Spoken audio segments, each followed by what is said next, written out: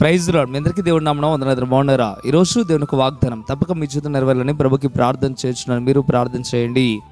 అతడు చేయనిదంతయు సఫలమగును. కీర్తన గ్రంథం 1వ అధ్యాయం 3వ వచనం. ప్రియమైన దేవుడి ఉదయకాల సమయంలో నేరుగా నీతో మాట్లాడటం ప్రారంభిస్తూ ఉన్నాడు.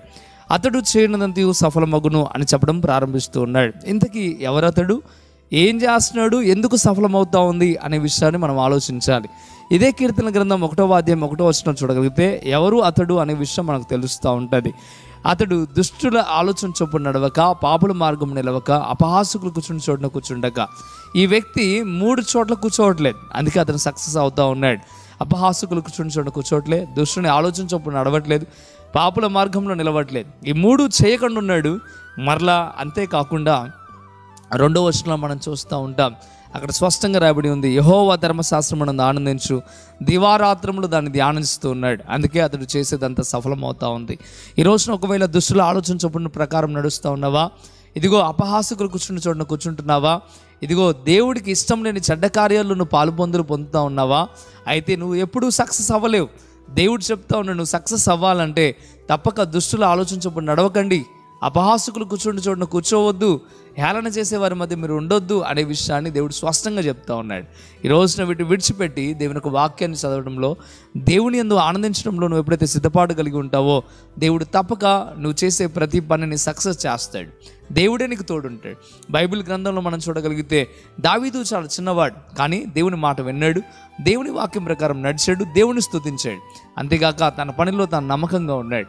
అందుకే దేవుడు ఏం చేశాడంటే, తనకి యుద్ధం వచ్చిన పరిస్థితుల్లో గొలియాతు అనే పెద్ద వ్యక్తితో ఇదిగో యుద్ధం చేయవలసిన పరిస్థితి వచ్చినప్పుడు దేవుడు చాలా చిన్నవాడైన దావీదుకు దేవుడు సపోర్ట్ చేశాడు.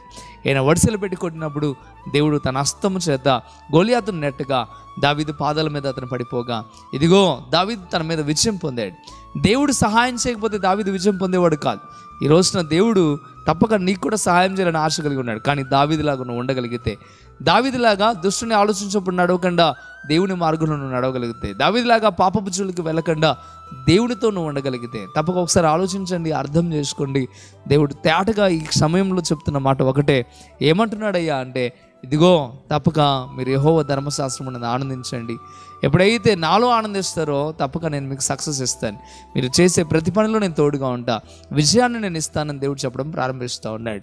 ఈ దినాన ప్రతిసారి ఓడిపోతూ వస్తూ ఉన్నావేమో, నీ జీవితం అంతా ఓడిపోయే పరిస్థితిలోనూ ఉందేమో, ఏది పట్టుకున్నా అది నష్టానికే దారితీస్తూ ఉందేమో. దానికి కారణం ఒకటే, గుర్తుపెట్టుకో. దేవుడు తేటగా చెప్తా ఉన్నాడు, ఇదిగో నువ్వు సాతాను సంబంధిగా బ్రతుకుతున్నావు, ఇదిగో చేయకూడని పాపం చేస్తున్నావు, చేయకూడని వ్యతిరేకమైన కార్యాలు చేస్తున్నావు. అందుకే దేవుడు చెప్తున్నాడు, అందుకే నువ్వు ఫెయిల్ అవుతూ ఉన్నావు. ఇక మీద నేను సపోర్ట్ చేస్తాను, నువ్వు నా మాట విను అని దేవుడు చెప్పడం ప్రారంభిస్తూ ఉన్నాడు. ఇకనైనా దేవుని మాట విను. ఈ వాగ్దానం ద్వారా, ఈ వాక్యం ద్వారా దేవునితో మాట్లాడుతూ ఉన్నాడు. మీ కొరకు ప్రార్థన చేస్తాను. ప్రార్థన. పరిశుద్ధుడా, గొప్ప దేవుడా, మీకు ఎక్కడని స్తోత్రం ప్రభా. ఇప్పటి వరకు నీ బిడ్డలు వాగ్దానం విన్నారు.